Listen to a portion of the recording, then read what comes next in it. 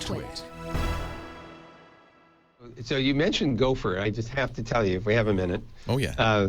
The Internet Society gets started. It's announced in mid-1991. We started in January of 1992. I'm the sitting president of the Internet Society. The World Wide Web stuff that Tim Berners-Lee was doing is not visible yet. He's done it, but it's not widely visible. And so as I'm sitting down, I get an email request from somebody in Slovenia who says, I would like to do something about the American claims on the .si top-level domain. And he said that he's very upset that the Americans have set aside .si for the Spratly Islands. Okay, so my first reaction is, what the hell are the Spratly Islands and why did we care? And I didn't know the answer to that, so I sort of set this question aside.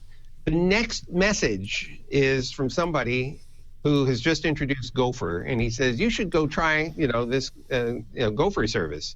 So I go to the Gopher service, and you remember that it was text and numbers, and you would type a number in to say which command you wanted to execute or which line you wanted to use. And so I'm stepping through this, looking at online material, and the first thing I come across is the CIA World Factbook.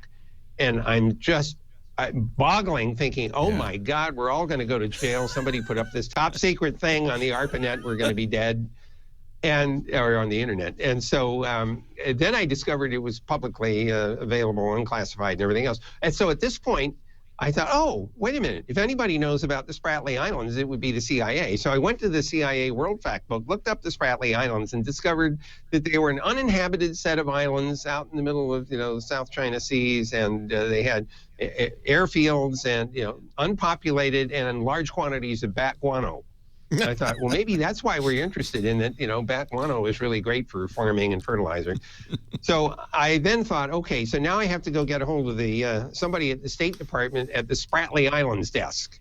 So I'm beginning the process of trying to figure out how to maneuver my way into the State Department. And in the midst of all this, something happened. I don't quite know what, but I got another email from the guy in Slovenia saying .si had been released and the Slovenians are using it. Thank you very much. And I thought, well, I don't know what happened, but I get blamed for a lot of stuff. So I sent a note back saying, well, you're very welcome. I'm glad I could be of service. To this day, I have no idea why it was we released the Spratly Islands .si thing. There you are. Did you ever hear from anybody at the Spratly Islands who were miffed? No, it's uninhabited. Nobody's there. The birds. That's it. Nobody's there. Just the birds. That's right. Or bats. Actually, just the bats.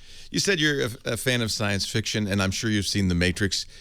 Perhaps you've heard that the architect, the artificial intelligence that change the Matrix, and in fact, if you've seen the movie, looks just like you, wears a gray suit just like the one you're wearing, and is widely believed to be modeled on you. Was that, did you feel that was praise or criticism? Well, first of all, I didn't realize this until somebody drew my attention to it. I'd seen the first Matrix movie, but I hadn't seen the second one, which is where that character shows up. At one point in a conference, one of the presenters put that picture up next to mine and asked the question, are you the architect? And my response was, what makes you think you're not in the Matrix? Oh, the perfect question for a fan of sci-fi. We have no evidence or proof, I'm afraid. We just have to hope. Do you think we are in a construct? Sometimes you do wonder a little bit about that. I don't know the answer. I'm reading David Brin's Kiln People right now, which is, it's not quite the same, but it's very similar. Daniel Galou, who wrote a book called Simulacron 3, which is what I believe The Matrix was based on, because it had that plot line of being down in a simulated environment, and one of the simulated characters realizes he can push himself up into the next universe, so to speak, the one that we would consider the real one. So who knows?